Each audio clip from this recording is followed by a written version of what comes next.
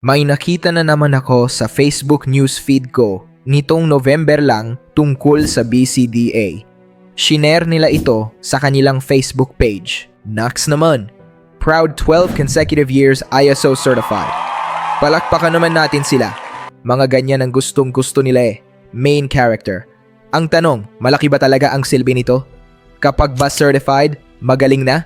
Maayos na? Alam nyo mga kababayan, hindi ko naman sinasabing huwag kayong maniwala sa bisa ng ISO certification na yan. Pero para sabihin ko sa inyo, ang ISO kasi simple lang yan eh. Basta ang isang ahensya, may sinusundan silang iisang sistema o proseso sa lahat ng ginagawa nila. Pasado na yan sila. Parang ano to eh, kabisado lang nila ang trabaho, award.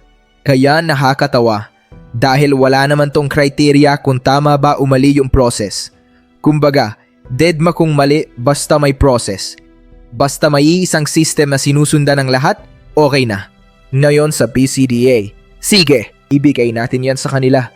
Baka meron nga naman silang prosesong sinusundan. Pero tulad nga lang sabi ko, wala naman makakapagsabi na tama yung proseso. Kasi kung tama nga, bakit parang hindi naman maayos ang kinakalabasan ng mga proyekto nila? Sa post nila, sinabi ng BCDA President and Chief Executive Officer na si Joshua M. Bingkang. This achievement reflects BCDA's unwavering commitment to uphold excellence, integrity, and accountability in the delivery of its mandate. Pero okay ba talaga ang mga projects nila? Kasi parang may mga issue dyan eh. Mga balitang may kaso sila, issue sa kontrata, balitang may aberya sa pera. Eh kapag ganyan, masisira ang tiwala ng investors, di ba? Tulad na lang ng issue sa Camp John Hay. Private-public partnership program yan. Pero ano ang ginawa? Binalewala ang kontrata. Ganyan ba nila i-deliver ang kanilang mandate? Nasaan ang integrity at accountability? Kung madalas tahimik lang naman sila o deadma sa problema.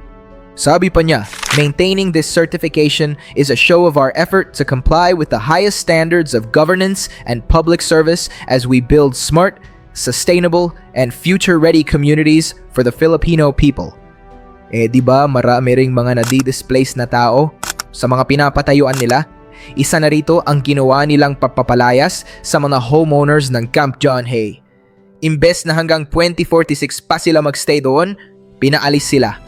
Yan ba ang public service? Mukhang mahilig sila sa pag-share ng mga ganitong post para pagandahin ang image nila, no? Pero hindi naman nila inaasikaso yung tunay na mga problema na sila ang dahilan. Huwag kayo masyado magpadala sa mga papost ng BCDA dahil hanggat wala silang accountability sa ginawa nilang injustices sa mga proyekto nila, puro lang yan post. Hindi nyo kami maloloko. BCDA.